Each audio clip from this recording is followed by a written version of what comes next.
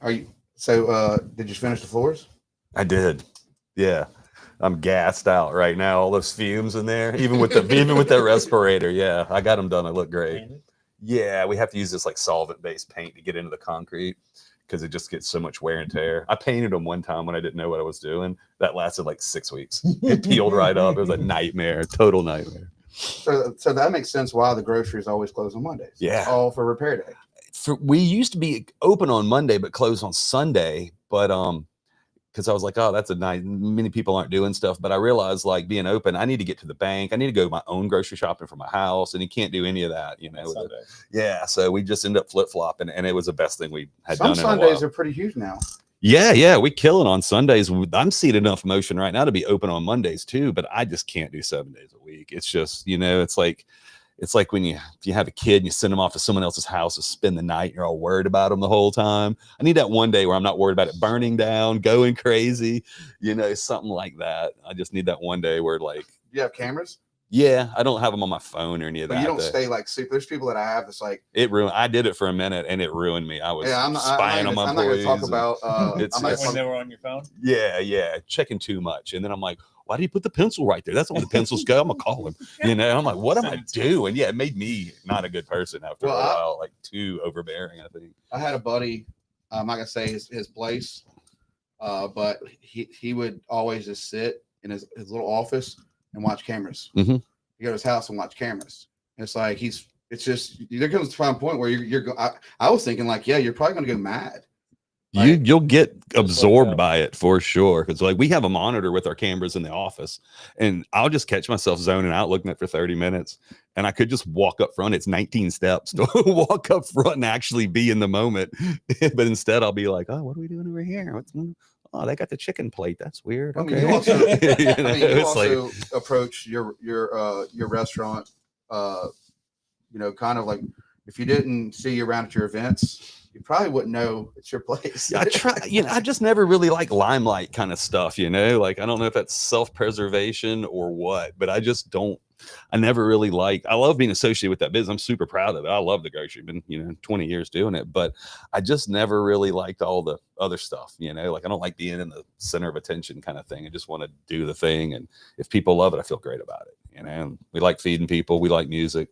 We like having a good time. We try to get all three of those things done, every week. And that's kind of all I need out of it. I got some people that are like marketers. They're out there repping. I wear grocery shirts all the time because I literally don't have much else. Yeah, and the same thing. So guys, I know people are tuning in, and if you're going to listen to this audio version of it, tonight we got to get a little matchup. Right? I said, two small business owners. First off, we have the Government Street Grocery, which has been in business for over 20 years. You go for the atmosphere, and we all got to agree the food is amazing. Appreciate that. And shout out to the spicy wrap. Okay, I do love that one. It ruins me, but I love it. And then we got Jeff. You got to help me pronounce your name. Schmidtke. Jeff Schmidtke, from Noble Labs, Mississippi. They're up and coming. From the Noble THC drinks to Skunk Works to a lot of their brands. Actually, you had the Juke Joint. I realized the Juke Joint pre-rolls. So this is, we're going to talk about and get to know who these guys are both ways. And then we're going to dive into certain things that's happened recently and just stay tuned, man. And then, like I said, we're on the live right now, but this is, I've always got some feedback about the audio for the cars. People are going to Ingles. Shout out to you people early morning, want to throw this pod on and listen to it a couple times in a week. And then also send us feedback. Something on this is, you could find the Government Street Grocery. You're open. It's we just talked about this. So it's Tuesday through Sunday. Yeah, that's correct. And you just pull them up. And then if you want to reach out, they got a Facebook page. Yeah, Facebook, call the phone number, all that. It's all on our Facebook stuff. The menus there, whatnot. And what's your phone number? 228-818-9410. And then with Jeff, hello at Noble Labs MS. Is that right? That's right. .com. Feedback on his products, the topics we're going to get into. But first, let's get to know these guys and why they took the risk. two crazy industries. Let's be honest. People always want to own a bar. I don't know. And people want to own a facility dedicated to industry that's, I mean, it's up and coming, but it needs to go a lot forward. I know you've put your heart into it. It shows with your products. I'm excited to know. So let's go with you, Jeff. I mean, I know you told me a little bit about, you and your wife, remodel historical homes in New Orleans, something you're passionate about, so that you live in New Orleans and you have a place in Tylertown.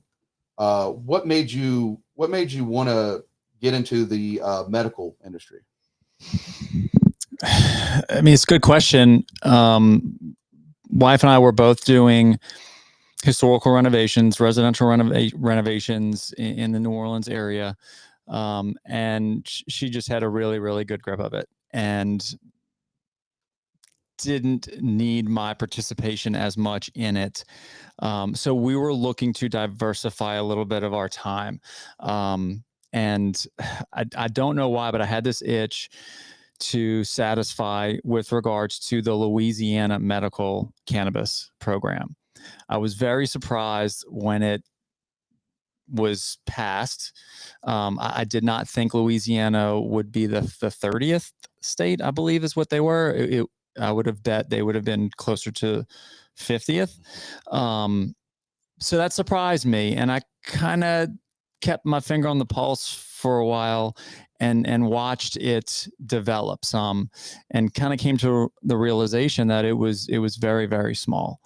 And I just figured there was so much room for growth in that industry within the state of Louisiana. And so I just went full force to build out infrastructure to try to expand that program. We were unsuccessful. It's very tough to enter that program.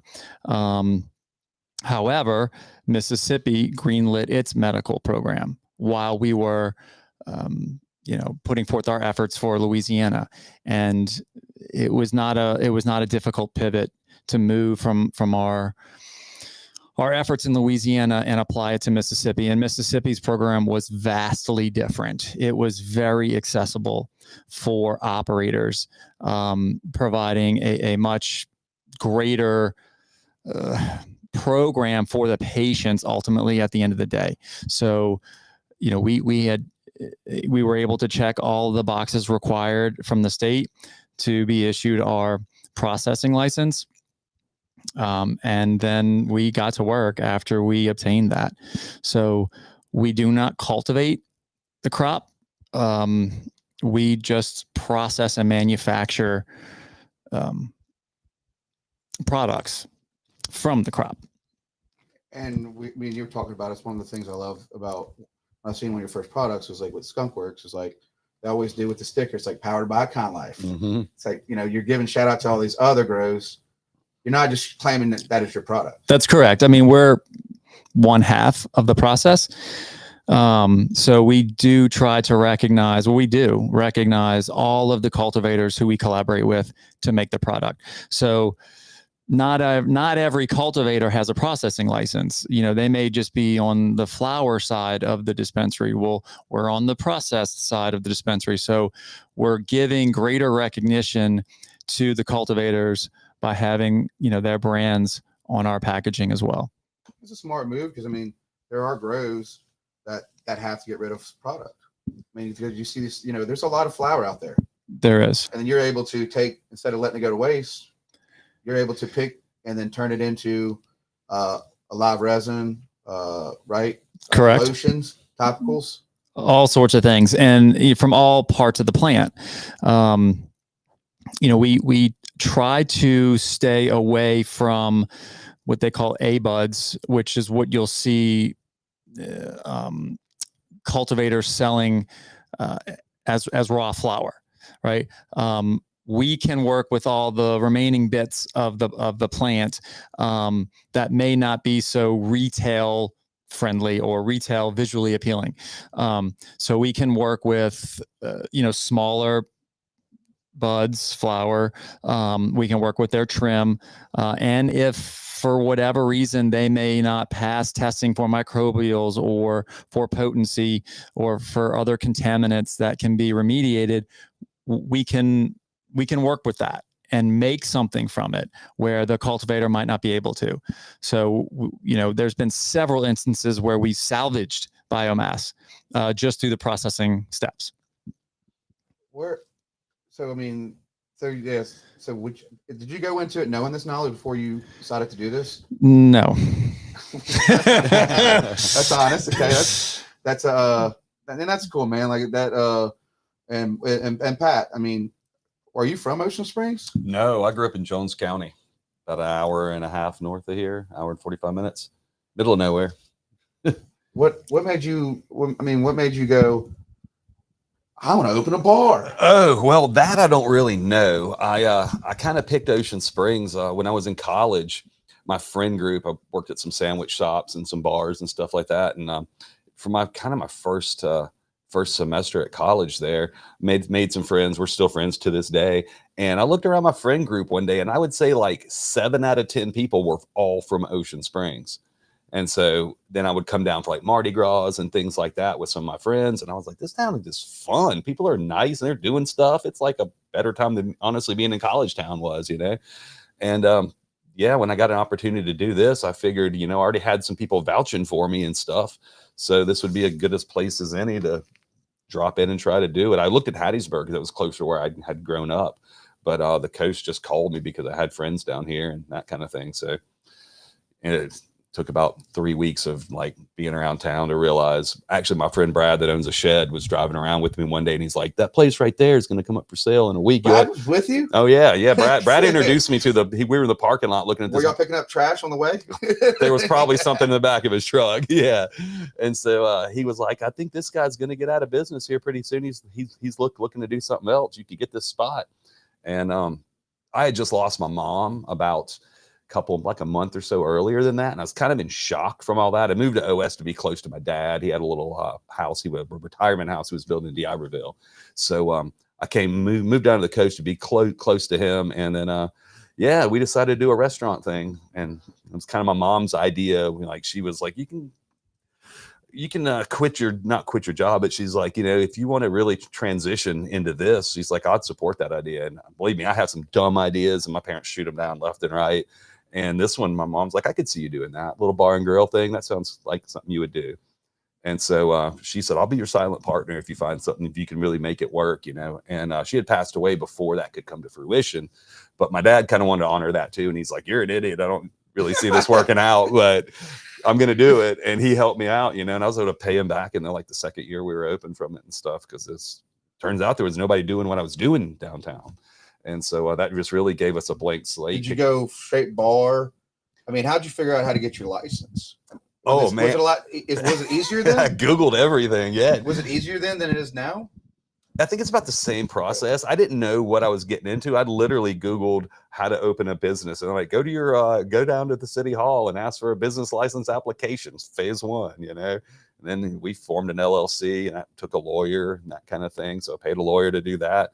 And then I called the ABC and said, hey, I want to sell alcohol. How do you do that? And then they were like, fill this form out, give us $10,000 and pass your background checks. And so we did all of that. I didn't have $10,000. So we were doing a surety bond type thing. But instead of that, we actually were able to round up the money, and I put the power of attorney over it in their name, so I could still draw interest on the $10,000 that they were holding the whole time. So that gave me a little bit more workable. That was smart. I read it on the line. Seemed like a good move. So I was like, thanks, Google. Yeah, right. and so when did the food come right away? Yeah. We were a plate lunch, kind of blue plate special type thing. It was all like country fried steak and beans and cabbage and all that kind of stuff. We had sandwiches also and salads, but it was very much more plate lunch kind of thing. No homemade hummus or anything? Yet? Not hummus wasn't around then. We had like squash casserole and stuff like that. And for those couple months we were open, it was going good. People enjoyed the food and that kind of thing. But selling Southern food to Southerners is probably the worst decision I could have made. It was so hard because they're like, that's good, but my grandma's squash casserole should have, like this and that. It was a lot harder to make people happy with comfort food than I thought. And then we got hit by Katrina shortly after that. We opened in April. and got Katrina at the end of August, I guess. And so we were like 6 months old and lost everything, my house, the cars, totally. Like I was probably 20 grand in debt to my landlord even by this point, and all this tax stuff I'm still sorting through, you know. So it was a nightmare. My parents or my dad was alive then, and he was just like, you just need to bankrupt this thing, and you have no town left, you have no business, you have no car, no house. What are you gonna do? And so we kind of just decided there's still something we could do in town. Slept in the grocery for a couple months. My friend brought me a trailer, a little Airstream. We pulled up beside the grocery and hijacked some power to it once we got electricity back. And it was literally one day at a time. Like every sale we'd make, we'd take that money and buy 2 more of those things. Then we'd sell those 2 and buy 4 more of those things, and just kept doing it. Yeah. And well, happy anniversary for that, because it's 20 years this week. Yeah. Yep. And 20 years. So I mean, that's a cool story, because that's always, people always like, I'll open a bar. I'm like, that's the last thing I'd ever want to do. Common sense was against me to start with, just by being who I am, and it's incredibly hard. I literally would have basically lost everything we had put into that twofold. I would have ended up further in debt than I even had invested in the place. But after the storm, we kind of just went back to zero, and you know, nobody even knew me at this point. I've only been there 6 months, but we had all this food. We were trying to like, all the coolers were down, all of our freezers were down. So as things were thawing out, we're just cutting it and giving it away. Because I told my dad, I was like, I got to get rid of all this food. There's people with no food, you know, they can have all this. So we just did a soup kitchen until everything was gone. But then people started coming around saying, hey, like, I am wealthy, I just don't have anywhere to eat. You know, I have money in the bank, I can't do anything with it. And I went to FEMA and they gave me a 50-pound bag of beans, you know, and I'm like, bring it over, we'll cook it if you don't mind me handing it out to people. And that was kind of what really turned the community into paying attention a little bit to us and being like, you know, they felt like they could trust me a little bit more, I think, after that. And people started coming to support us. And then it got more and more and more. And eventually we were kind of back in business. And that's when I'm like, let's just do sandwiches for now. Because the rest of it was a lot of employees, a lot of moving parts. Was it just a regular sandwich, or was it the iconic government? Was it the burger? The grocery burger was, yeah. With gravy? Yeah. Right off the bat? Grocery burger, the gravy fries, all that was day one. Spicy roast beef's probably our second best seller. It came a couple years later. And that was just something that happened late night. One night we're just in the kitchen trying to make some food. Everybody's got the munchies or whatever. And we come up with a sandwich and we bring it out. My friend's like, you've got to put this on the menu. Holy smokes. And it's so spicy. I'm sweating under my eyes. And I'm like, yeah. And it's been there ever since. I don't think we were around yet for that munchie. Yeah. Yeah. For that night. No. I mean, we're just tired and whatever. We're going to, with you, Jeff. Okay. When did you start? What year was it when you started getting all like, even in Louisiana? When did you start really? Was it 15? When did you really start going, I kind of want to try to, whether it was Louisiana or Mississippi, like I'm going to try to figure it, was it? It was really 2019, if memory serves me So correct. Right before COVID. Yeah. Yes. We went pretty hard in the paint, like 1920. I mean, it was a 2 to 3 year attempt before, I guess it was 2020, Mississippi passed the law.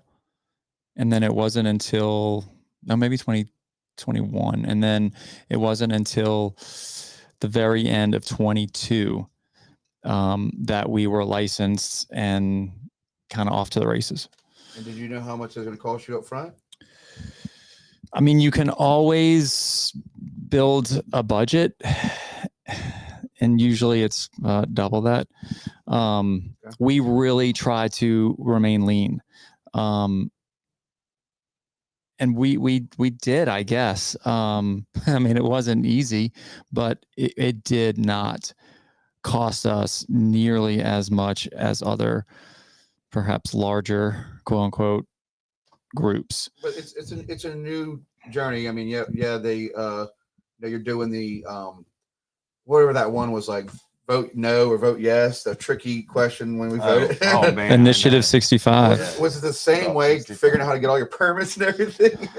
No, I'm telling you that the state, I mean, I got to give them credit. The law passed and they had, I don't know, was it like 120 days or something to start accepting and issuing permits and licenses, which they did. And and yeah, what that was, I believe to this day was a record. I do not believe another state has taken as few or spent as little time from law to product being sold. I really believe Mississippi owns that record, because they turned this program on very, very quickly. Well, when I caught wind of it, it was more when people were starting like the larger groups where they all got a bunch of people together, like heavy investors. Yes, that started coming quick, and that was it. I mean, and you were right there with them, but y'all were way smaller. Yes, yeah, we were just a small group of dads, essentially, Okay. with an idea. And these are friends of yours. Yeah. So, and that's just kind of, go in that situation. And you got the other ones that, when I'm not going to name a bunch of names, but there's people that we know in the Ocean Springs community that have extra money, and we're going for the larger companies coming in. Yeah. It's a good return if it works. And you get to the punch. I mean, it's you can. Well, one thing that we did was we only filed essentially for one license, and that is a processing license. For better or worse, we just tried to pick one lane, and we, for the most part, have stayed in that. When we identified the building in Tylertown, which if you blink, you miss it. We had enough space to kind of build out a dispensary. So we thought, well, why not? Here's an opportunity basically to get rid of product that we maybe wouldn't find, in the general market a place for. We thought, okay, direct engagement with our patients would be a good thing. But we knew it wasn't going to be a very heavily trafficked location. And at first it really wasn't. I mean, we might have been the smallest dispensary in the state, but through our staff and their knowledge, really, we've slowly kind of built a little bit of a following, even though we're in the middle of Walthall County. So we don't operate other retail locations. We would rather partner with dispensaries versus compete with them. Same with cultivators. We would rather collaborate with a cultivator versus be viewed as a competitor. So we liked our spot in the pocket where we can just, make the most friends within the industry, both on the retail side and on the cultivation side. And that was going, when you started building that relationship, because that you're going right in and trying to work together, right? When was the idea where y'all were thinking about the seltzer drinks? Was it around that same time, or? That's a good question. We weren't thinking about that. We were preparing for the changes to the medical cannabis program that we were expecting to see after the 2024 legislative session. Those plans to expand and grow the program failed at the legislature, and essentially nothing got accomplished. And man, that was like a pretty tough gut punch for us. And we just kind of had to go back to the drawing board, because we had all these plans for products and things, and but all of that just went out of the window overnight. And we just felt that, okay, if we're going to live in this landscape, what can we do? What else can we do for the next 12 months to survive? Seems similar to what you were doing. Yeah, it is. So, like, everything we've ever accomplished has been out of necessity, as much as invention. Like, it looks good on the outcome, but the getting up to that point, oh my goodness, it's always like figure out the months to stay alive. Yep. So, yeah. And I mean, it was tough. It was a tough time because we weren't sure what we were going to do, but we had the capabilities within our facility to do a lot of cool stuff. I mean, we had this extraction machine. We have all these skilled employees. So ultimately the decision was made, okay, well, let's try to raise money to build out a beverage line because one, the program didn't have a drink. And two, we could manufacture a hemp-derived beverage as well. And we knew we had about a 12-month window to push as many hemp-derived beverages into the general market in Mississippi as possible, because the legislation in 24 that almost passed but didn't was going to wrap the consumable hemp market underneath the umbrella of the medical cannabis program. And so we were looking, again, at this temporary window, like, all right, well, let's get as many out as we can, as quickly as we can, because in 2025, they're going to shut this window and everything's going to be rolled back underneath the medical marijuana program. So maybe we'll have 6 months to expose people to this category of product. And if they have a positive enough experience with it, maybe that then will correlate to them joining the medical cannabis program, or at least engaging in sales transactions within the licensed dispensaries. So that was the plan, in the thought process behind that. But then 2025, well, nothing happened again. I mean, there were some changes to the medical cannabis program, but with regard to consumable hemp, no legislation was passed. So we were faced with a landscape where I was like, all right, well, nothing's really changing in the space for the consumable hemp beverages. Let's go back to the other bill you were talking about, not this last one, but you're talking about the one that said it would put you on umbrella. So you'd have to be a Noble Labs, Mississippi, to carry that. You can't be just a head shop or.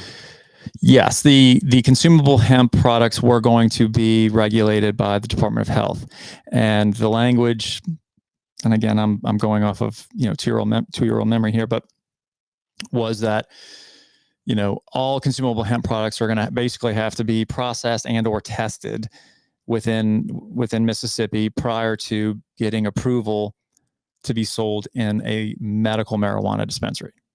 Now, I believe that 21 and older could purchase without a medical cannabis card if it was a hemp product that met the federal Farm Bill standards. But between the beverage distributors, they've got 4,000 or 5,000 accounts statewide. So the market was going to go from that size to 150 that we have of medical cannabis dispensaries, which again, we were preparing for that. For us, the writing was kind of on the wall, but hey, we had this short amount of time to really get it out to as many places as possible.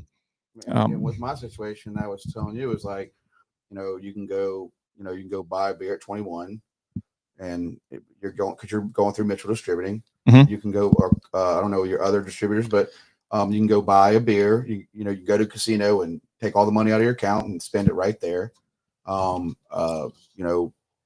Kratom still on the wall. I mean, there's like so many things where there comes a time point for me. It's like you get a little older where you kind of want to make your own decisions, yeah. Especially if you work and you're part of the community. And I just feel like in that situation where it comes to like, if I see something that Mitchell's dropping, because there's a lot of rules Mitchell has to go through. Yeah. I mean, it's regulated through you guys, through them. And then say when I get it at my business, regulated through me as well. It could be a safer product, honestly, as far as getting in the wrong hands. This isn't like that, I would agree. You have to go to, at the time, you'd have to go to like the grocery. You have to show an ID. Mm-hmm. You can't just go, hey, give me one of these.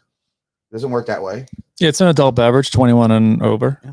And for me too, it really kind of like, I'm super grateful that these things came around through the hemp bill side of it, because granted, I'll go to a dispensary to fill a script or do whatever, but I'm not nearly as tempted as, I mean, I've seen them in there. I'm like, maybe I'll try one of these one day or other. But when they're in my business, it gave me an opportunity. Like, you brought them in, let me try them, and like, okay, this is actually a good product. It tastes great. It's got good effects. And it's so minimum, like it's not a lot, but you're able to open the door. You're able to open the door to able to share an experience with somebody. Yeah. And it changed, I've seen more good when it comes to these THC seltzers, because I always get that phone call where it's like, hey, Jourdan, I went to Rouse's and got me a little 4-pack.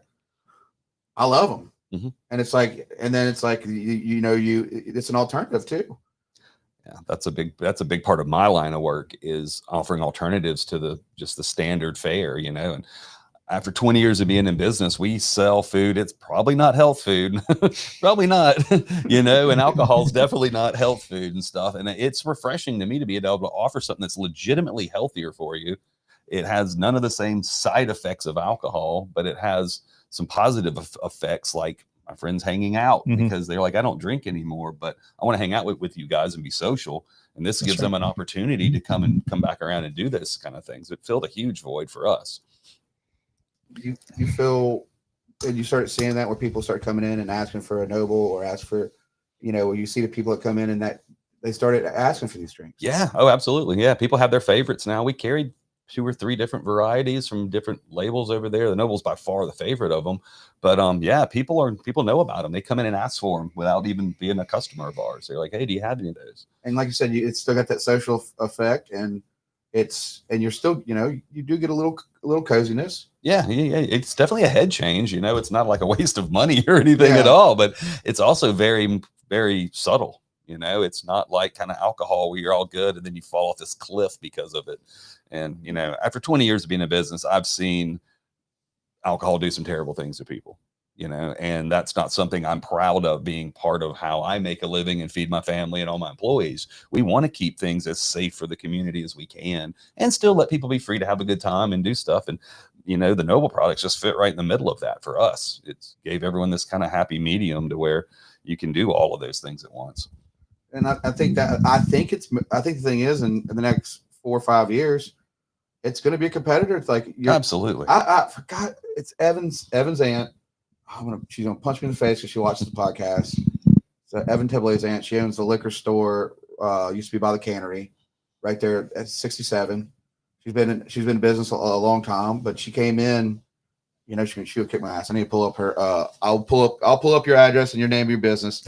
But she was telling me, she said there's this recession going through, Jourdan. I said, what is that? She goes, I've been in this business a long time. My liquor store is not the same like it used to be. She said, there's a lot of people that are like finding alternatives to, drink now. Yeah. And they're not coming in, and it's across the board as well. The younger kids are not participating in alcohol like they did when I was a kid, and grownups are turning off of it, a lot of for health reasons. I mean, I'm 50 years old now. I'm not trying to make that any less number. No, I mean, that's true. And it's factual. I mean, if anybody tracks, consumption data for alcohol or beer specifically, it's the big beer distributors. And to see them recognize that and then engage in the trend, I mean, I felt like our timing couldn't have been better, but we're also very, appreciative to have access to that type of infrastructure. Number one, they recognize its importance, and 2, they help drive distribution of it. Sure. We could not do that. They have reach like no one else does, for sure. Most of this. I think our biggest problem for the South, here it is, the Bottle Shop Wine and Liquor. I'm so sorry, girl, but you gotta check her out. It's a local business, and it's a small little liquor store, but she'll take care of you, and she's got a reward system.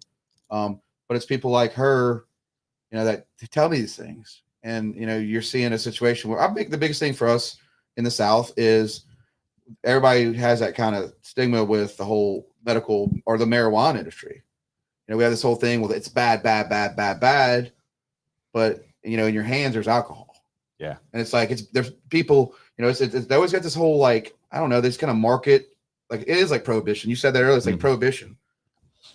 I mean, Yeah, there's definitely a lot of, not, I would say it's getting less and less, you know, the acceptability of things. Some people needed it to be on the books legal for it to be acceptable. Other people needed it to be controlled and to be safe, so they felt good about it. You know, there's a lot of caveats that are getting filled now, and I think it's definitely for the better. I mean, I just think we got way more problems to worry about than yeah.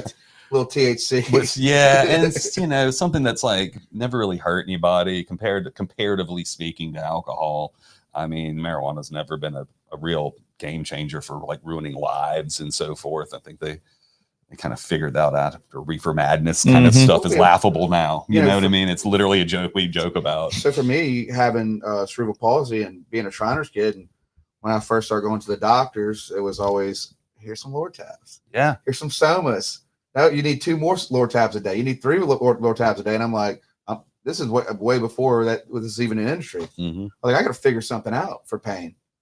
And then, you know, at the time, I didn't like it. I'll be honest with you, you know, understanding it, but I didn't know what a sativa was. I didn't know what an indica was. I didn't know, you know, like anything, you can abuse it. You know, there's certain times I always tell people, if you ever get into the medical industry or whatever, and you want to try it, like, don't have it in your hand all day long. Yeah. You know, don't sit there and, I mean, give it some time. Everything takes, it's not like, you know, it's not an instant hit. So, you know, don't sit there and, you know, hit your pen 40 times. Okay. Yeah, you might get ruined. I mean, don't drink 10 seltzer drinks. Yeah. I mean, it's, and conversely too, like, don't go do 9 shots back to back and expect good results, you know, like, let it all do its job. And that is honestly something I was impressed with the seltzers, was that it's not like an edible would take, you know, 35, 45 minutes to soak in. And I'm thinking, from me vending this, right, I was like, well, how's that going to work? Somebody's hanging out with their buddies, they drink 6 of these, and an hour later they got this donkey punch and can't drive and get panicked, because it will make people panic if you have edibles too much and get overloading. And people have stories about that for sure. But I love the way that these, you can kind of feel them drink for drink. So it's not like it's stacking up on you and surprising you all of a sudden. That's one of the reasons I feel like it's a really safe alternative to alcohol. I think it's a good, I think for me, it's a good, you know, it's a good open invitation to try it, because I mean, I've had so many situations since they came out with this product where it's just like, that ain't gonna work. I ain't gonna like that. And now it's like, it's good. Go to the beach, have one through the day. I mean, you can do, like I said, I had Ian from 701, and he gave some ingredients on doing like a little cocktails with it. I mean, you got the lime, you can do a margarita, like you said. You can replace the alcohol with this. You don't have to drink the whole thing. You're able to you can take that and break it up. But these people are, I mean, I'm watching it now and I've been pulling up on there, but people are making like an old fashioned. They're making, they're just making drinks that look like a drink you would get. And, you know, and it's given an option where, it's just, I've never had a person go, I don't like it. Like, you know, and it's a situation, well, you know, man, and then the best thing is the next day you wake up, you're not feeling, the hangovers at my age, especially like 50, like, you get tired of overdoing alcohol. Like, I know what I'm getting into if I'm going to have drinks with my friends. You don't have to drink the whole Pedialyte, you know what I mean? Well, I mean, you know, having the partnerships with the distributors, having the partnerships with the accounts, like the grocery, I mean, gosh, I don't know if there's another situation that normalizes. No, it's good. That normalizes the category as much as these drinks have seemed to have done. When someone walks in to your business, I mean, they know you, like, they trust y'all. Like, it's just a normal place to be. And then in your cooler, there's some noble beverages. Maybe they know what it is, maybe they don't. But after being explained or educated on the product, there's just an immediate sense of comfort and security, and just being a part of that mainstream marketplace is just so powerful. I do think that having familiarity, people you trust, if you're going to the same place, you know, all the servers, the bartenders, the people, you know, for years, we're not going to steer anybody wrong. You know, like even our bartenders, like, if someone orders one of these, they remind them straight up, like, hey, you will not pass a drug test if you drink this, just so you know, you may be in a certain job field where you may not have thought about that because you bought it at a bar and they don't test for alcohol. So, you know, so those are things that matter, but they do trust. And I was really amazed at the amount of people just coming to us and asking. They're like, straight up, heard you're doing this. What is that like? You know, what does it taste like? What's the ones I want to sample some of these? And so we had probably of all of our products, this has been the one that brought people just cold calling us, straight coming in and being like, hey, I heard you guys are serving those. I want to try one, you know, and we get offered different types of drinks all the time from our distributors. You know, there's always a new brewery, a new craft of some sort. And, you know, there's some buzz around some of them, but in general, not nearly like what this was. This was tenfold as far as people's interest in it right out of the gate. And you're getting it from Mitchell Distributing. Yeah. You're getting it added. You wasn't just getting it at a backwood. No, these are community partners. Station. Yeah, we've been in business together. For Went in the 20 back of a years, truck. you know? Or my truck. Yeah, Jeff went showing up going, hey. I mean, I will buy moonshine out of the back of a truck at a juke joint, but I'm not going to do that with this. No, it's completely. I'm glad I don't have to. Oh my God. I mean, Yeah, that was right. the cool thing about when I was talking to you about it, because you were, you know, when I was telling you, me and you're talking about the situation, you were hurt by it because, I mean, you're giving options to other people, but I mean, this also takes away from, you know, you making a little more money for your business. I mean, this is kind of situation where you're like, well, I don't want to put people in a situation where they have to choose less than what they want. Mm-hmm. I mean, that's my business, is to sell them what they want. I didn't come up with all this like menu and all that kind of stuff because it's what I wanted to sell. It's what people said that they were wanting to pay for, you know? And I'm like, I can get that to you. I can get you a good one of those. Check this sandwich out or check this thing out. And so I really think it's taking the people's just free choice away from them. I'm a huge, not a fan of that, you know? and if you get to that situation, that's where me and you nailed on the thing. It's like, when I heard about it, I was like, man, we're just going backwards. Yeah. It's like, and it's been a situation where, I mean, my brother lives in California. I mean, a lot of my friends live. I mean, it's really coming around no matter what, you know. And it's like, it just gets a situation where like it sets us back to like that. It's just look. I love Mississippi, and I'm proud of Mississippi. But we come in this situation too, where it was 82. There was this whole thing that went out where everything was signed off by the sheriffs and stuff. For a few select counties, it was up to them to join or opt out. But 82 counties, you said you've seen about 10 letters. I mean, you can still get in other places. Yeah. So you're referring to the current prohibition that has now since happened around the consumable hemp products. Can you give a little more detail on how that occurred? Well, there were letters issued by various sheriff's offices and police departments across the state, you know, warning that these products have been deemed illegal, and there's a certain, 48 hours to remove these products from the shelves, or you'll be, you know, at risk of prosecution. Yes, it has been in select areas of the state. It is not a statewide situation yet. But to answer the question, why? Well, it stems from a letter that was released from the Mississippi Attorney General's office. Well, I would argue clarifying the legality of consumable hemp. But I think that it was mistakenly misinterpreted due to some of the language that was used in that letter that speaks to a couple, I'll call them laws, within the state of Mississippi. The Controlled Substances Act and the 2020 Hemp Cultivation Act. However, you know, the letter goes on to highlight that the cultivation, processing, and sale of consumable hemp is regulated by the federal law, by the federal government in Mississippi.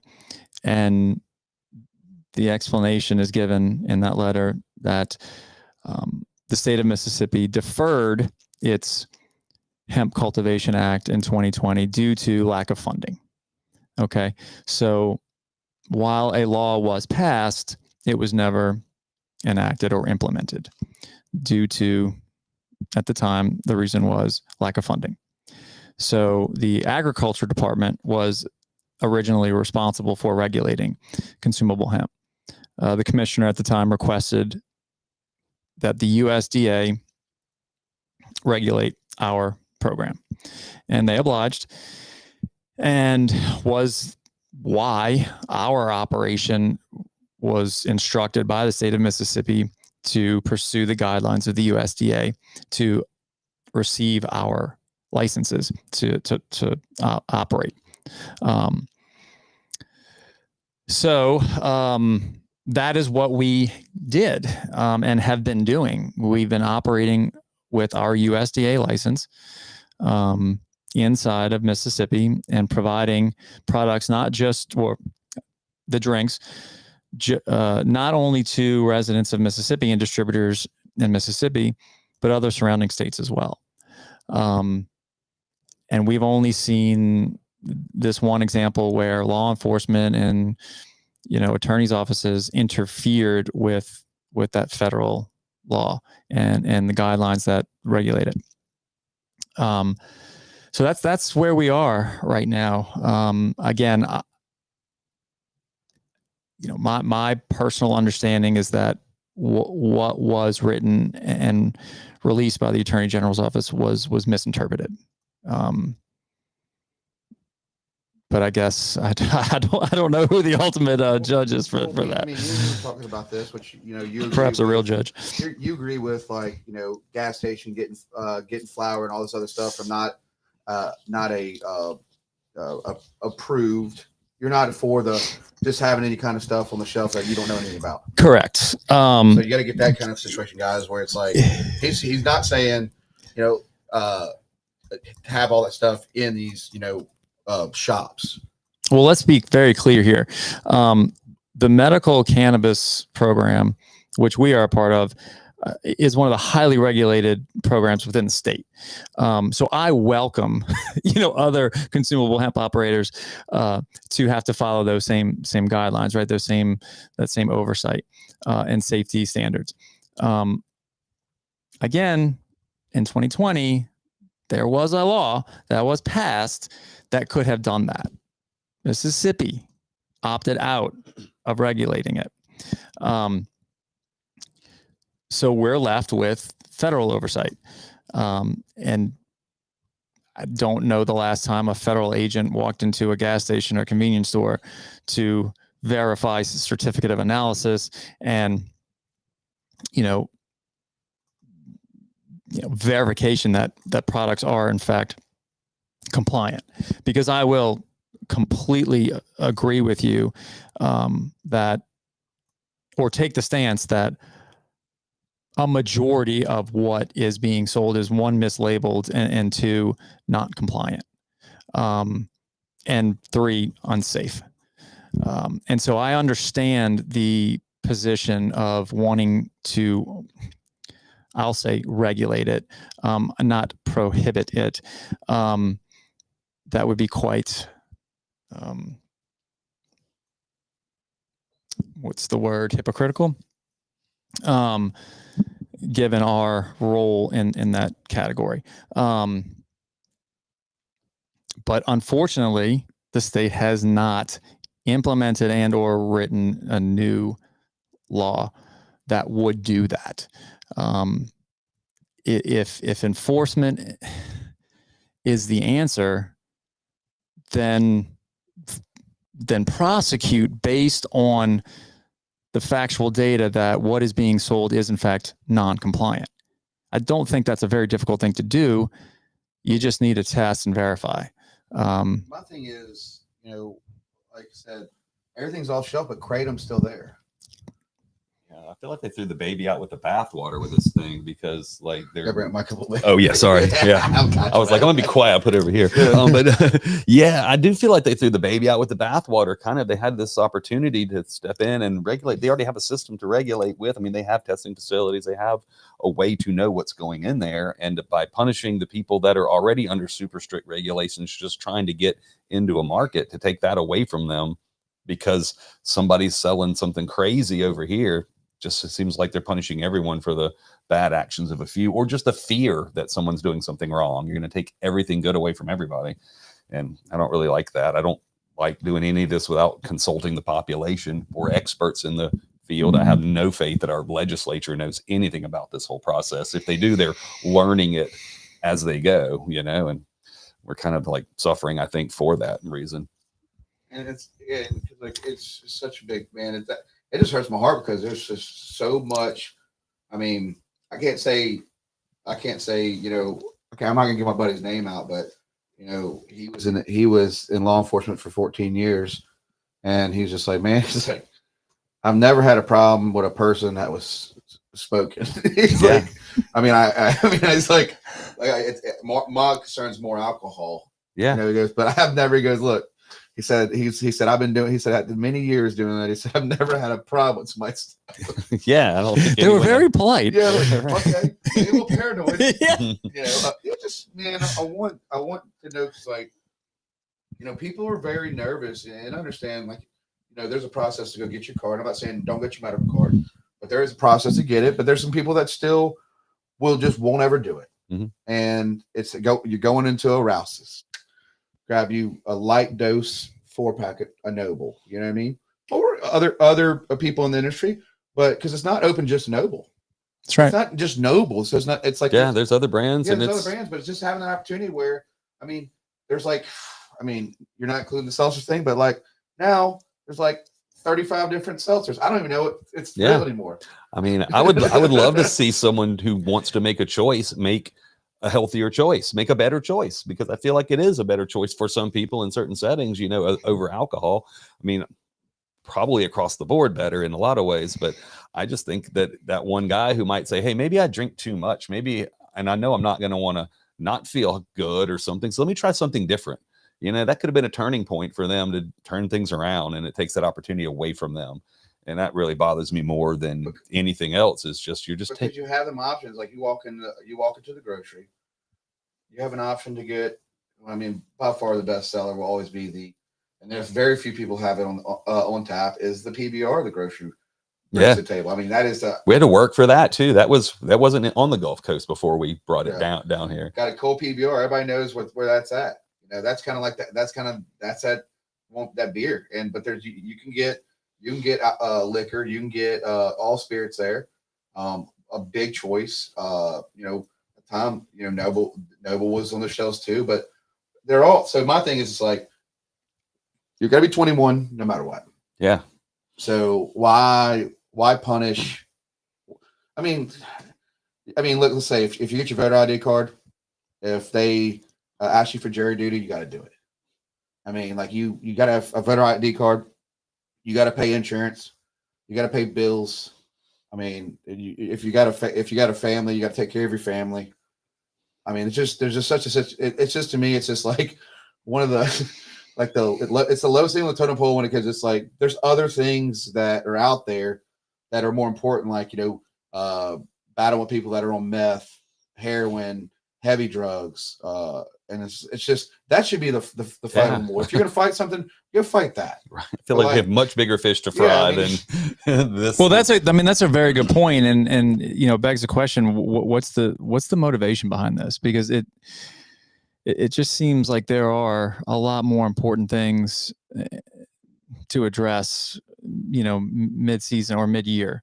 And look, again, the products that are not being regulated and are not compliant, that needs to be addressed. 100%. And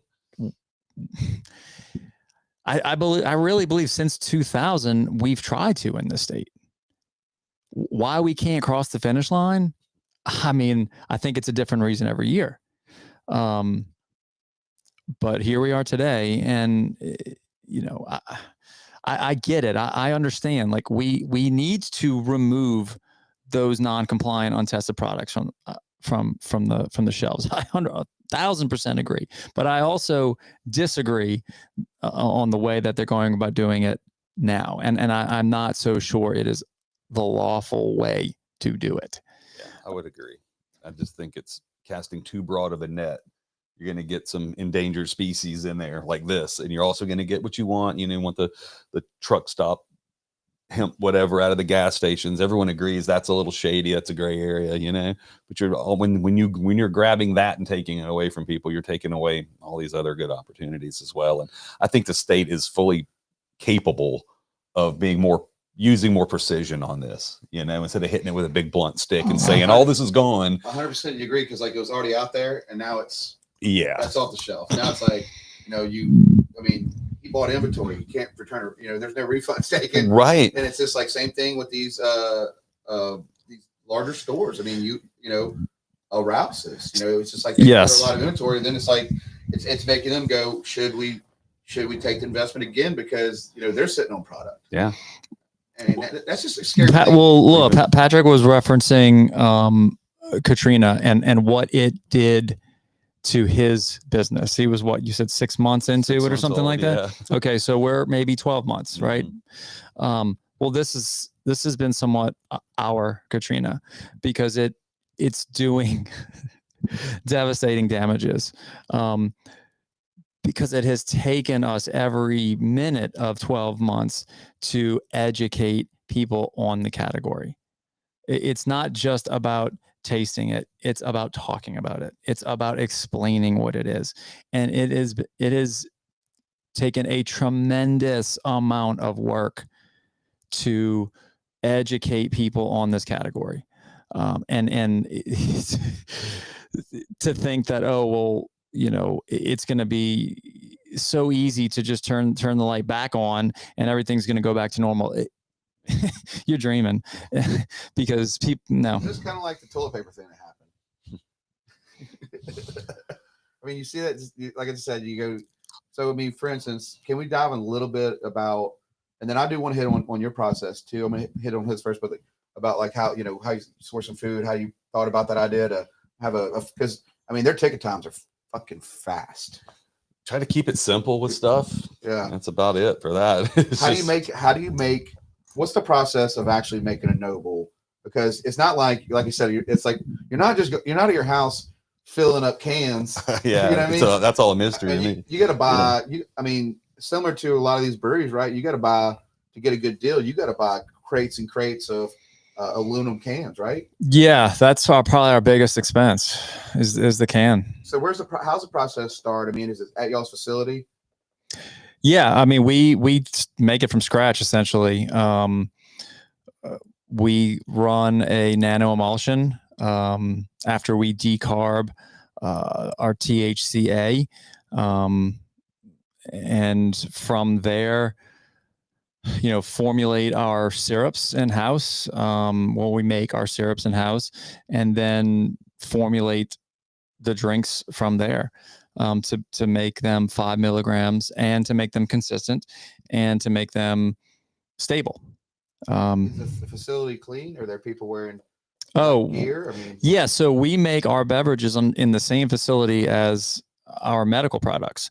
So everything is as sterile as we can make it, because the safety standards that we have to meet for each and every one of our products is extremely strict. There are a lot of contaminants that the state tests for that we have to be clean from. So you ain't got nobody in there shirtless, no gloves on. I don't think anyone's shirtless yet. Not that. No, I don't think so. So my joking thing is, it's a process. I mean, it's y'all really put it in. Y'all make sure things to the T. I mean. And to be honest with you, we're probably one of the very few brands that do actually do that. Several brands are breweries that don't emulsify their own THC. That's just not a process they're faced with needing to know how to do, like somebody that's manufacturing products for a medical cannabis program. So we have a slight advantage there, I guess. We have total and complete control over our quality. We're not co-packing. We're not, farming out some canning company, basically making a cake, for the brand or whatever. Yeah, I think that's the recipe for success, is having your finger on everything. That's right. And being able to control, your your outcome is your outcome. And that's what we were talking about earlier. Like all these mistakes are mine, you know? Yeah, that's right. And I like that feeling in a lot of ways because it keeps me under the gun, you know, and we make all of our stuff from scratch, same thing. And sure, we could buy hamburger patties frozen somewhere else, you know, we can do that. And we would make more money doing that if they could taste as good as ours do, which they can't, you know. But even our soups, we make homemade soups. It's about the ingredients and having control over the nuance. The Euro. Yeah. I mean, that Euro bangs so hard, dude. And I just feel like even our distributors for food wise, you know, we go to food shows, you know, that kind of thing. And 80% of what they want to market to us is a pre-made item, and it's delicious. Don't get me wrong. And you pop it in that little oven or whatever for 30 seconds or whatever, and it looks great. And you can have it out on the table super fast. And they get frustrated with us because like, hey, I want to send the guy from Hormel by here, and he wants to sell me his bag soups. He's like, oh man, there's 18 places using these right around the corner from here. You know, you don't want to be the only one not selling chicken tortilla. I'm like, I sell chicken tortilla, but I make it from scratch. Yeah. You know, I want to be the only one that's not selling that right bag stuff. They're like, with your margins, and they're not wrong. The labor we put into it is costly. You know, the ingredients are a bit cheaper because they're whole ingredients as opposed to processed stuff. But at the same time, you know, we get control over those things. I don't even know where your prices lay. They're downtown. This, yeah. And then here. Yeah, totally. Most people do that too. I mean, our prices, I feel like they're in the realm of downtown. Yeah, I don't think it's cheap for a hamburger. I don't think it's a cheap product to start with because it's a good hamburger, but it's not crazy either. You know, we're not trying to be fine dining. We still serve in baskets with wax paper, you know, like checker paper and stuff. Our chairs don't all match. Full floor's nice now, but that's, you know, that's about it. Fresh coat. We might charge $1 or more than necessary for that, but our building is 100 years old. It's not the brand new thing, you know, that kind of thing. Build memories off your food. Cause I'm telling you, my stepdad, which me and him go, he's always with me. I'll have him with me, but I remember bringing him. We had one of the festivals we did a couple years ago, but he'd never heard of the grocery, and me and him we're staying in Porter. He's from Jackson area. And I'm like, I was like, we're gonna go to the grocery and get a grocery burger. And he looked at me, he's like, where is this at? And we pulled up, got on the end of the bar. We got 2 burgers and fries and 1 big bowl of gravy. That's the way to go. How do we eat this? Like with your hands. You can dunk it. With your hands or with that fork. Whatever you want to do. And there's no wrong way. And man, he devoured that burger next to me. And we had PBRs, draft, and it was just and that's the thing. It's like, you want to go to the grocery and get a burger? And it's just one of the things that I shared with my stepdad, where it's like, I feel like our food fits in because it's just easy. You know, we're not trying to name it all French names for the same thing. You know, we try to just keep it simple because I just feel like a lot of people come in not really looking for a food experience as much as being hungry. I hope so. That's how I market our food. If you're hungry, I got you. You know, if you're looking do specials too. Oh yeah, every day we do a different special. The ones I go for is he does like his own version of the Big Mac. My kitchen managers do most of that work now. They come up with the craziest stuff. I mean, I'll a lot of times I'm like, I don't think that's gonna work, dog. But then I'll eat it. I'm like, yeah, that's good. It's like, but I mean, it's just cool. What do you call it? Is it Lay Big Mac? They call it what is it? No, we really should. It's called the Mac Daddy. Okay. They call it the Mac Daddy. Yeah, that's it. I mean, and we don't try to hide. You know, this is what we're trying to do, and all of our managers and people in the back of the house, we just like to have fun with it, you know. And we're not bound by a set menu, so we can go and we can make anything we want. You know, if we want a couple different soups we haven't tried, we'll just try them, and if they suck, we just won't do it again. So people have to call you. Go, can we put this on the menu, or do you trust? You trust your manager? Yeah. Well, the managers come up with like a daily special every day. And Garrett's one of them, right? Yeah. He doesn't deal with the kitchen side of it as much as the bartender side, but we've got a couple that have been running for a long time. We just cycle through probably 30 or 40 different things that aren't on the menu that we make on the reg. We just keep those cycling through. Or if somebody's like, my manager came up the other day and wanted to do chicken shawarma. So we did a shawarma wrap. It was fire. You know, we were talking about it a couple days earlier. I'd made some at home. I'm like, this is so good. We should just sell it one day. Then he comes up and makes them. It was way better than mine. I made it home. So I'm like, yeah, dude, let's put that in a wrap and sell it. Why not? You know, we don't do it every day, but that's the beauty of having your own spot where you can control. If you want to make a guava fruit, passion fruit flavor thing, it's within your means.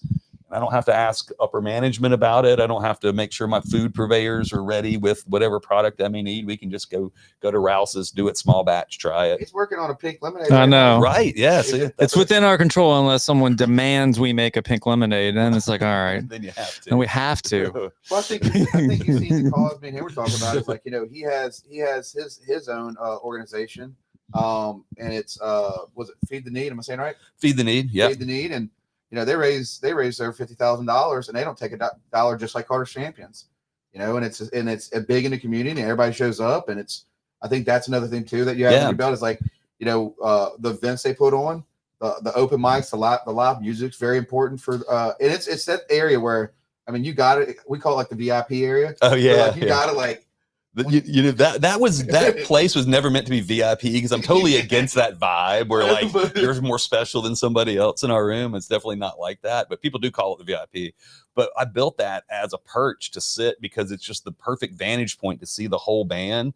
Because back in the day when we were booking shows and we were kind of like, not many places were doing live music like at the caliber that we were doing downtown, we would have 100 people in that room, just a sea of people. And that spot was like, if you knew to get there early and post up, you could see out over the crowd and see the band. It was it was built as just a place to watch music.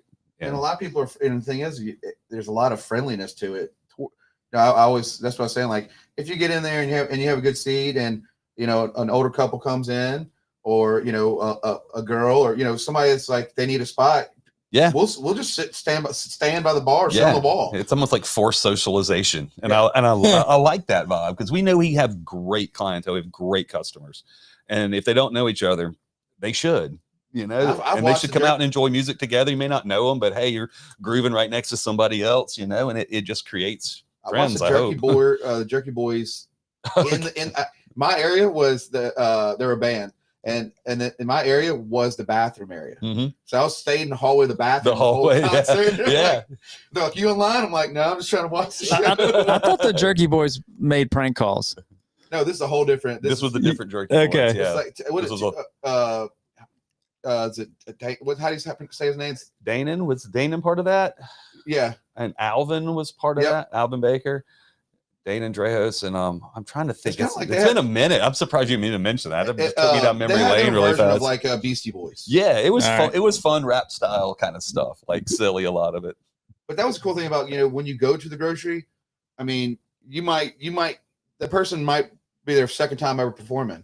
Oh yeah, but they're people that are going to pay attention. You're not going in there. You're not over speaking over the band. Like there's a unspoken rule that you just definitely get. They're going to just slowly push you out. well, people are there for the music, you know. I mean, you can't always do that. You know, I mean, we're not always right on that, but in general, the crowd knows it's going to be loud in there. So if you don't like the music, even when we did cover charge and things, if it wasn't your taste, you could totally have your money back. I'm not going to like be like, oh, sorry, you know, you got to stay. It was about putting people in a space to hear something maybe they didn't know they wanted to hear yet. Just experiment with stuff at a low entry fee. You know, pay. Back in the day, I think we did $2 or $3 cover charge to come see a band. I booked out of 7 states, you know, college circuit stuff. Hardly anything was local, you know, so they were just like, I've never heard of any of this. I'm like, yeah, you won't, but trust me, it's good. And then 99% of the time, they're like, well, I know the bands love that. Yeah, and it helped us put bands down the road. Yeah. And honestly, it made a lot of sense, because a lot of these guys are traveling. They just need gas money and some food. And we told them, like, a couple beers. We'll pay you. We'll let you have drinks while you're playing. We'll feed you. We'll feed you guys. Are like, it's a great gig. We would have said yes to any one of the 3. You know? I had no idea how hungry they actually were. You know, I'm like, oh, well, you get all 3. And it helped us build a great reputation. They would come out of Nashville and have. Do you book those bands? I used to do it. I have my night manager does most of it now, but we're honestly still working with a lot of the bands that are still around from when I did the booking and stuff. For Party at the Moon Tower. Yeah. Those guys like Kerry Hudson and those I write his insurance. Yeah. Okay. And he was talking about his whole band's sober now. Yeah. I didn't know the whole band was great. Yeah. Yeah. So they're moving into a whole, like I'm saying, this whole, and they are one of the great bands.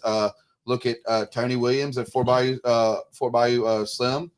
Yeah. So he's been sober for. There's a lot of people that are just, and those are some of our first bands to ever, like, these guys used our stage as a practice ground to see if they were even any good. It was like open mic. And yeah. And the crowd loved them, and they were local boys, you know, so they could bring a crowd, which is the one drawback to me booking out of state was that I don't have the way to reach the local crowd as much, you know, because no one's ever heard of these bands. Or like, you kind of had to take a risk to show up.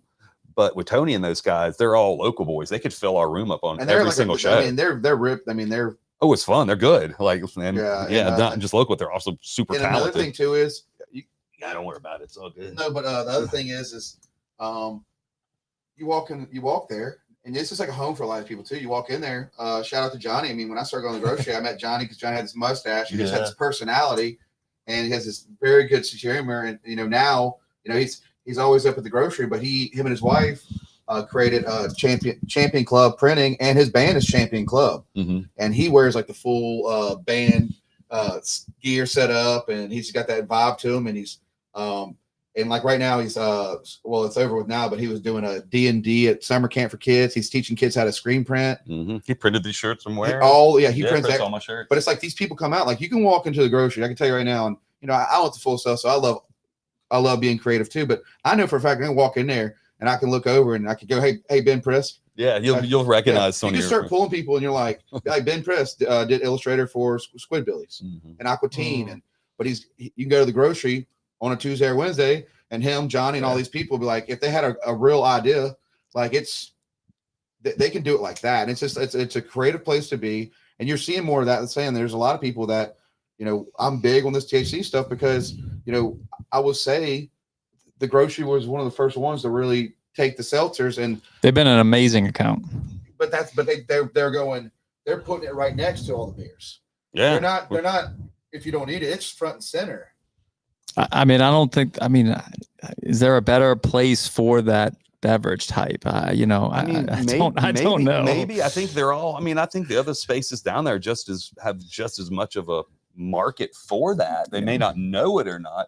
Our crowd definitely. We're just a bunch of talkers and friends and whatever. So if one person gets into something, we really dig into it and find out why. Like, why do you like this? Why do you think I can sell it to them? I'm like, hey man, this is something that's good for me. I didn't wake up with a hangover yesterday. I was hanging out with you guys all night, and they're like, how did you? Yeah, they're like, how did you do that? I was like, well, I drank these instead of those. So it was pretty easy. But I think the industry is too now is like, I think it needs to go back to that style of when you do have a business or a bar or a product like you sell. Like it, I know everything you do is made with love. I mean, when all this stuff happened, I looked at you and I could see you're just like, this is my baby. Like what, you can go back with your wife and do, continue to, restore homes.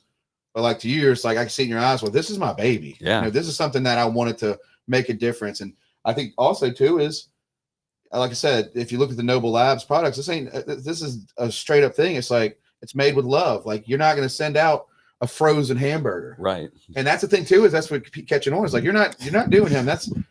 I didn't know. I thought you would have. We do extract frozen cannabis though. True that. Which is a very good thing. That's a good thing. Yeah. Yeah. Granted, for all transparency, we do not, we buy our cheese sticks. I mean, I'm not doing homemade cheese sticks. Right. My grandma's not back there battering that okra, but in general, all of our other stuff, and we cut our own foods, we try to do everything we can, especially if we do daily specials. But you can go a cheaper route and cut a lot of costs. Oh, absolutely. Money. Yeah. Without a doubt. And for us, our number one seller, and it's just ridiculous because like the grocery burgers, our number one seller at say 77% of our market is that one burger. That's not including like the mushroom Swiss burger, the Tijuana burger, the Buffalo Blue burger, which are variants basically of that. That's not even counting those. Just that one sandwich is 77% of the market that we do for our sandwich choices. Damn. And it blew my mind. Like I knew we sell a lot of them and people like them, but yeah, it was like wicked. It absorbs all the other things under it completely. Could it be people like going to Oak Springs, especially you being like one of the few down there, people going on vacation and coming to the grocery and then leaving and then, from another state coming back? And a bit. I think too, like we have incredible staff too. And I think that when someone says, hey, what's good? they know that's a winner, and they're going to recommend something that we're known for. Is a crowd. Yeah, and they get that question too, like, hey, what's your specialty? You know, what do you guys do the best at? And that's the first thing out of the gate, and they know that they can sell that, and that client's not going to be unhappy with the sandwich. It may not be the best burger they've ever had. No one's claiming that, but it'll be solid. Yeah, they're not going to hate it. They'll be happy, they feel like satisfied. worth the money that they spent. Are your fries yours? Oh yeah, we cut all those every day. Wow. Yeah, now that's kind of, and it's and that was another labor of love. You don't understand, dude. Like, it's a lot of work to get them like that. We put as little work as possible into it, just because we don't like processing things. But it came out of, I used to buy them the 6 months we were open pre-Katrina. I think we did it right after Katrina, but we were buying just the brown paper bag of frozen fries, and they're fine and dandy. I had a friend come in, and she's vegetarian, so she was like, hey, I want to get, what do you have vegetarian on your menu? And I'm like, I'll get you some fries or whatever. She goes, you better check them, because a lot of the fries have like beef ingredients and weird stuff. I'm like, what? And sure enough, I don't think I found any meat ingredients in this, but it had probably 15 ingredients in a bag of French fries, in a bag of frozen fries. It had an ingredient list that long, I couldn't pronounce most of it. So I'm like, this just doesn't seem like makes any sense. What are those things? So we just started cutting our own potatoes, and we didn't know how to do them. I Googled every which way you could do them, and some of it was super labor intensive, like salt brining it overnight, and hot water, cold water, parboil them, bake them, fry them, half fry them, and then put them on the sheet. I was like, I'll tell the whole world our secret. We cut them, put them in a bucket of water in the walk-in for one day, and we pull them out and we throw them in the fryer. Then that's it. And they're just great.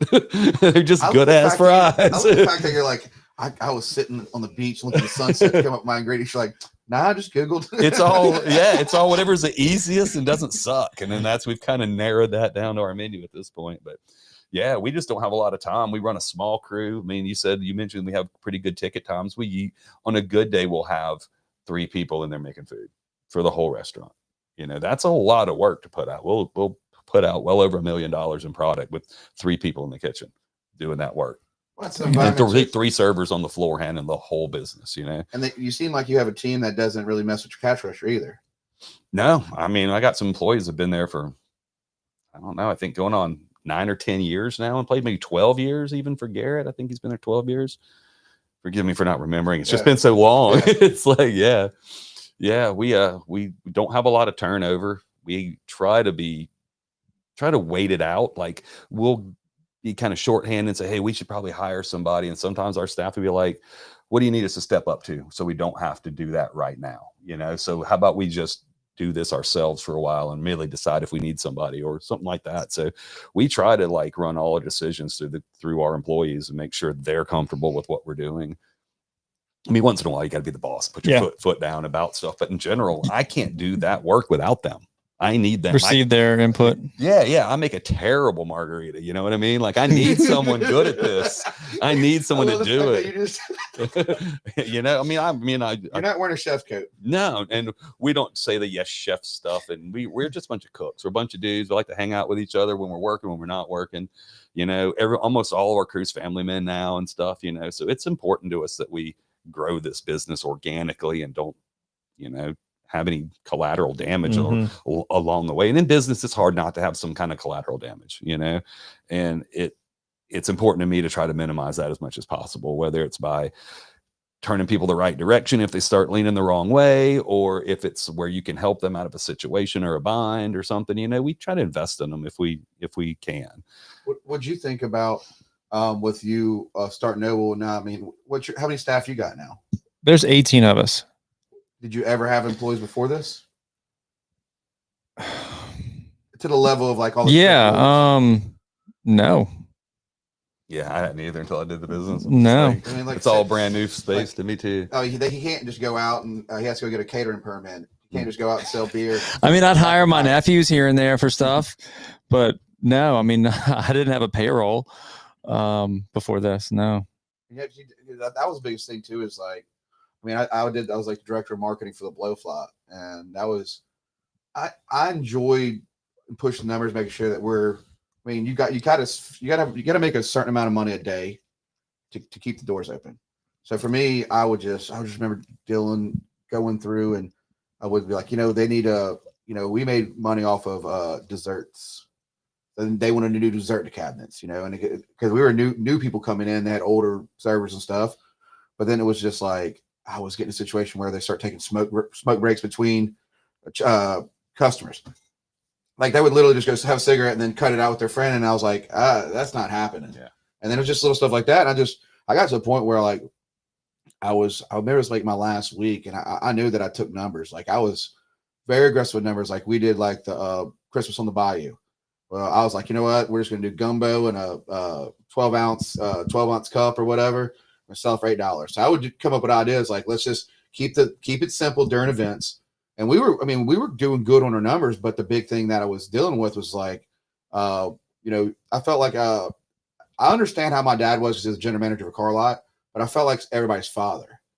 And it's just something at that time because there's just a lot of bickering, and it's the food industry because it's like, it's wild. I can't show up today, and I'm fighting with Becky, and the cooks are fighting in the back, and it's just like I just was like, what's our goal? And I was just it constantly, it was so challenging, and I was just like, if okay to never see the back of a kitchen. Yeah, it's like, tough. There's all sorts of it's more than just the work. Let's just say that. It's always more than the work. So I've helped the boys at the district, shout out to the district, but I've helped the boys, and they're a small crew, and it's a lot more love. So, but when you're going with a bigger staff, and there's a lot more moving parts, and it was just like so much for me that I was like, because we were a bar too, but it's just, it was the feedback, I'm gonna leave you a bad review, and it's called human resources for a reason. Yeah. I mean, we're all human. Yeah. Well, I mean, I think for me that was the point though, was like I know that I wasn't good at it. I like if I got a goal, I'm just gonna do it. Like I'm just gonna do it. And do you feel that situation that with your industry, do people love coming to work like they do going to the grocery? Are people enjoying that industry? Yeah, I think so. We're in our third year now. We've got it pretty dialed in. We've got the personalities that mesh. I think we're more of a family, really. And that's taken some time to develop, but oh my goodness, yeah. We're just seeing less and less turnover. But it took a minute. I mean, we're all learning. I was. We all were. So we're all sort of in the same boat. That's definitely something I feel like I had to learn along the way, was that everyone's going to, especially in this line of work, like kitchen work, that kind of thing, where it's a pretty intense environment. We hustle when it's getting done. The work is getting done fast and hard. It's hot, tempers flare, that kind of thing. But I think what I had to learn as an owner was to step back a little bit and just kind of bite my tongue sometimes and not be so angry about the moment and look at the big picture and be like, yeah, that guy's messing up right now, or whatever's in the moment. But in the big picture, I have to weigh in all this work. Last time I painted the floors and said, hey, is anybody can come help? He shows up. You know what I mean? Like, you can't just run everything on these sterile office guidelines like you would at Wall Street or something like that, where everybody's it's just way too dynamic of a business.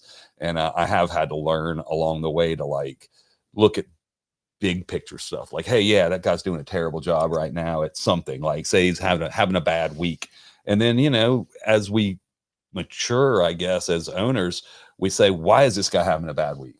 Rather than saying, get your shit together. Yeah, what's going on? Yeah, like, Sums get up. your shit together. You're going to lose this job. I'll replace you. It's more like, what can I do to get, what do you need? To get you back. Do you need more time at your family? Is the money thing a problem? Is there anything I can do? Some of it I just can't do because, we have constraints on everything. You have a business model?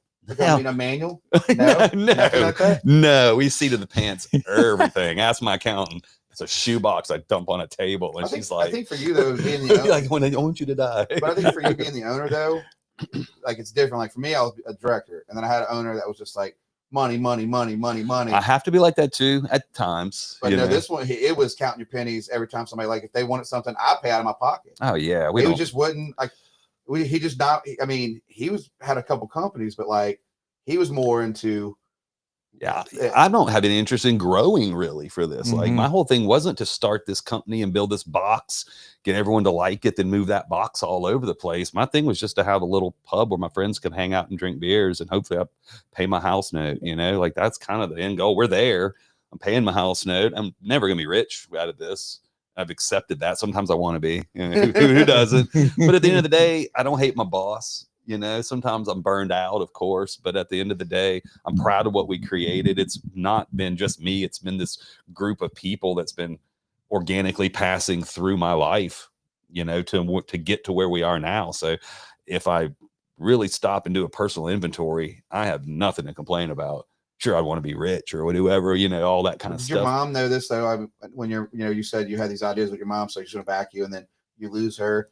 Did you feel like your mom kind of knew this is your direction of like, you're going to simplify, like you're going to do a cool little pub? I don't know. I think she blindly trusted me just so, you know, and I was doing archaeology before I was doing this, and I was complaining every day about, I was working on government contracts on like experimental test missile ranges and stuff. Nothing dangerous, but just like bureaucracy, red tape, going through border patrols and going through all kind of inspections and stuff, you know, like clearance type stuff. And to dig a hole to look for artifacts, right? Yes. So I'm like, what do we, it's felt like such paperwork. I mean, we would get fiber optic jobs where we're monitoring a fiber optic pipeline that's going in, making sure there's nothing they're going to disturb along the way. It's interesting work on the surface, but then you get to the fiber optic thing and I'm like, hey, I'm here to monitor that site or look through that pile of stuff you just dug out with a backhoe. And they're like, you're not going to find anything, because if you find anything, it's $100,000 an hour that this machine's not running, you know? And I'm like, oh, so we're not doing science, we're doing business. Gotcha. Thought we were doing science, you know, and had a lot of that. Got disillusioned with it. We got some coordinates to go and do a survey, and it was already a parking lot. And so I'm writing this report up. I'm like, how did we even do this? Like, oh yeah, it's like we didn't have time to wait on the survey to finish, so we had to have this parking. We had to have this building built, so we just built it. And I'm like, well, I'm supposed to have surveyed this to tell you it's okay to build it. And they're like, womp womp. We're gonna have to knock that building down. And they're like, we are AT&T, sir. You're gonna go to jail or something if you don't sign off on so this. This was like, your thing. You were gonna go do that forever. Yeah, I went to school for it. I loved that. Was from even as a little kid. I was like Indiana Jones, like all That's that awesome. stuff. I have a buddy, Kevin. He used to rap with David Banner, and he owns Morgan Square, right there about Fly Llama, that whole development. Oh yeah. And he does surveying. He's found like 800 bodies. But like he owns all them properties on Howard Avenue. Yeah. And people are like, who's the owner of all this? But Kevin kind of keeps to himself. Like, the most indiscreet guy you'd ever meet. He's quiet. He's a soccer rereferee. He runs we worked together in Savannah, Georgia. Kevin? Yeah, we had the same birthday. Yeah. Dude, he's a big fan of the show, and I'm gonna get him back on. But like, we're standing around, people are like, who owns all this stuff? Because it's a big area downtown, and Kevin's doing this. Yeah. All right, see you later, man. He's waiting to find out. That's my cue. Yeah, he's like because they need to cut all this grass around here. Yes, we were like, I don't know who that is. Yeah, it's Ratty, isn't it? Look at that. So you know Kevin. Yeah, it's cool. Yeah, really good friends with Kevin. You know, I think that's fascinating. Now, I LinkedIn you. You did something before you and your wife did something. You were a part of. I'll pull the name of it, but what'd you do before the houses? Are you referring to Memphis Coin Exchange? Was it Memphis Coin? Hold on, let's see on LinkedIn. I don't really. Memphis Coin. What is that? That's well, I worked for a bank. I worked for a bank in Memphis, and they had a U.S. Mint distribution department. Okay. So they sold coins throughout their bank. Were they like special coins or just coins? They were bullion and stuff. Yeah, they did that. They did bullion coins, but it was. What's a bullion coin? It's like precious metal, like gold, silver, platinum. Yeah, like a little minted, whatever. Yeah. But it was all uncirculated or proof sets. Right. But all the branches. I mean, the bank had several branches, and they were using their lobbies as a retail outlet for licensed mint products. Okay. And I was just, wrong place, wrong time. You're the guy. Place, kid. I was once in a vault when I was being robbed. Yeah. So here it is. It's I'm gonna mess this up. It's bioscience of.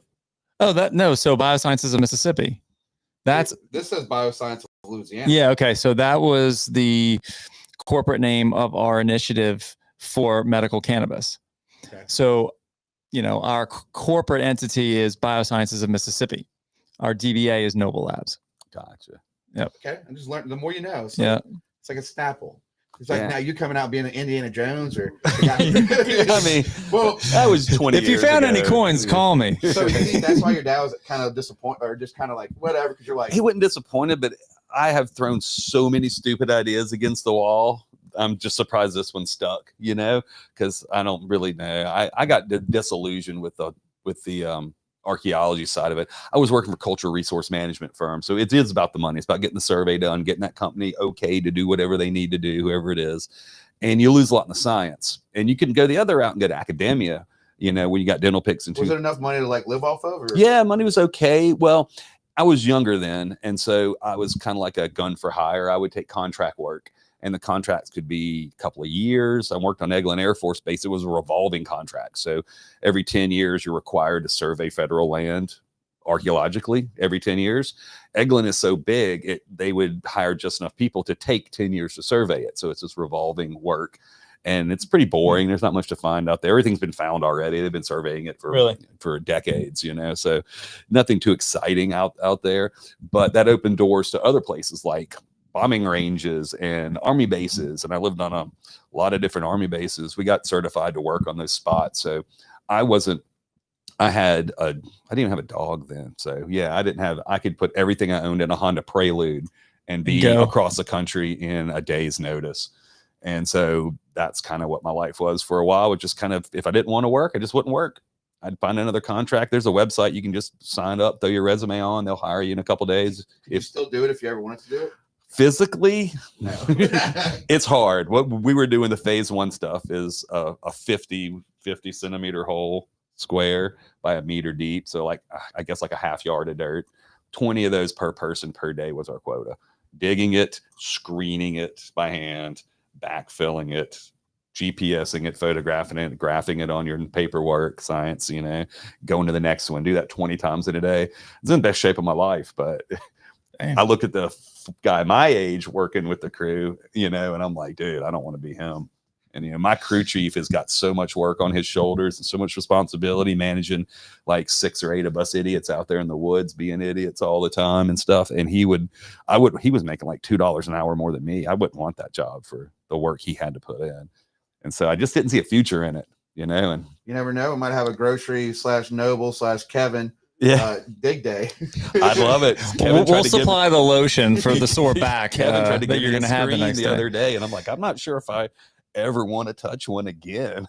Yeah, I mean, you get blisters that you grow your own gloves after doing that job for a while. In this situation, and I know you need to get back because we're at about 2 hours. Oh, great, man! That flew. Well, it's just if you have any questions, reach out. You can reach out to me, and I'll get you in contact with both the guys. I would say if you're going to do anything from scratch, just both of them done. I knew when I said I want to get Jeff on, I'm like, y'all have a similar story, different ways. Yeah, no. I mean, you're working every day, but both of y'all, I can tell right now, y'all both love what y'all do. Yeah, you couldn't do it. The stress would be, if I was answering anyone else for this, oh man, the stress would be too much. Like I can fail myself. I do it every day. And so I can handle it, but man, I wouldn't want this any other way, honestly. Well, look, I mean, it's definitely fun to be a part of the process and making the thing. Yeah. But to have it in a place like the grocery is really kind of why we do it. Yeah, and for me, it's we never started with any intentions to do anything, but just like I said, just have some friends around, hire some people, pay some bills. We can all just exist, and it's been so well received. You're just humbled by gratitude, which makes you want to do put more of the work in. And anything you start from the ground up like that you can just fully embed yourself into it, you're going to get a better product. I mean, you guys have exactly that situation where you're proud of what you do, and we both are pretty lucky that everyone that tries the things that we do, really, most of them kind of like it, and I just couldn't be more grateful as far as that goes, because we got lucky. There's no other way to redo this. If I had to do this twice, I don't know if I would make it or not. I don't mind the requirement that makes us do all of the things from start to finish. Right. Yes, we have to, but I don't know if we would do it any other way if we didn't have to. Yeah. Well, I mean, I know that we can have. I definitely going to get you on for a part 2. Sure, I love think it. this is very educational. I love this shit. And, but I also want to say something, guys. Reach out. Support. If you got, if you're missing Nobles off the shelf, let us know about it. Jeff will get you straight into who you can talk to, contact. But just if you got any stories about Noble, let us know about it. If you got stories on the grocery, let us know about it. I mean, that's yeah, but I mean, I mean, for sure. But and also have to finish this off too. Is like I appreciate y'all supporting the show. I've been getting a lot of feedback. We're going back to having this kind of style of I just love hearing people's stories. But it's not overnight. What I learned is I've done 309 episodes. Everybody that I've talked to, that one thing I've learned is the ones that are happy and successful. It's not always about money. But it never happened overnight. Mm-mm. I've never had a person it ever happen overnight. I mean, we had Jessie Mayweather on the other night, and she was the Orbit Gum Girl, you lint licker. And before people even, before she even walked in or even had, she told a story to me that you have to have a referral to have an agent. She didn't have an agent. She learned real quick in her Ford Escort running around LA that it wasn't that easy. And she spent over 20 years with a career there. But she's coming over tomorrow, so she's using my light, so she's gonna do an audition. Awesome. So just make sure that it's like, don't think it's gonna happen tomorrow. If you want to start a podcast, I started doing it 7 years ago. But make sure. But I'm doing my podcast the way I want to do my podcast. I'm not doing my podcast because I want to sell you something, And I feel like I really appreciate y'all doing this. And man, you don't have to go to college to be successful. You just got to work hard. You got to have an idea, and you got to get up every day and at least push yourself. Also, Crew Athena, I gotta say this to y'all. I love y'all so much. Crew Athena, we hit some good stuff the other day. Let me pull up my design. I'm gonna drop this photo of the team right here. See right here. I'm still learning this new software, so sorry. Bear with me, guys. Is this one right here? Up here. So this is Crew Athena. This Saturday at the Grateful Dead event at the Shuckers. They gave us $10,000. Appreciate y'all. It's the Crew Athena. All that money goes to Memorial because this year we got free mammograms. We don't have a bank account. All the money raised goes to helping people in need. But keep in mind, October 18th, the Pink Dress Run. We have at the run. Sign up for the run at pinkdressrun.com. And we're going to have an opportunity to not make excuses if you're feeling a lump or you're going through something. You can't make excuses because we're going to be out there. And don't wait. That's another thing too, is the whole idea behind, me and John doing the free mammograms is like, we're trying to catch it early. I'll tell you right now, the best thing to do is catch it early because you don't want to catch it late. Reach out to me too about that. But guys, thank you so much for coming on the show. Thanks for having us. Thank you. I love you guys and take care.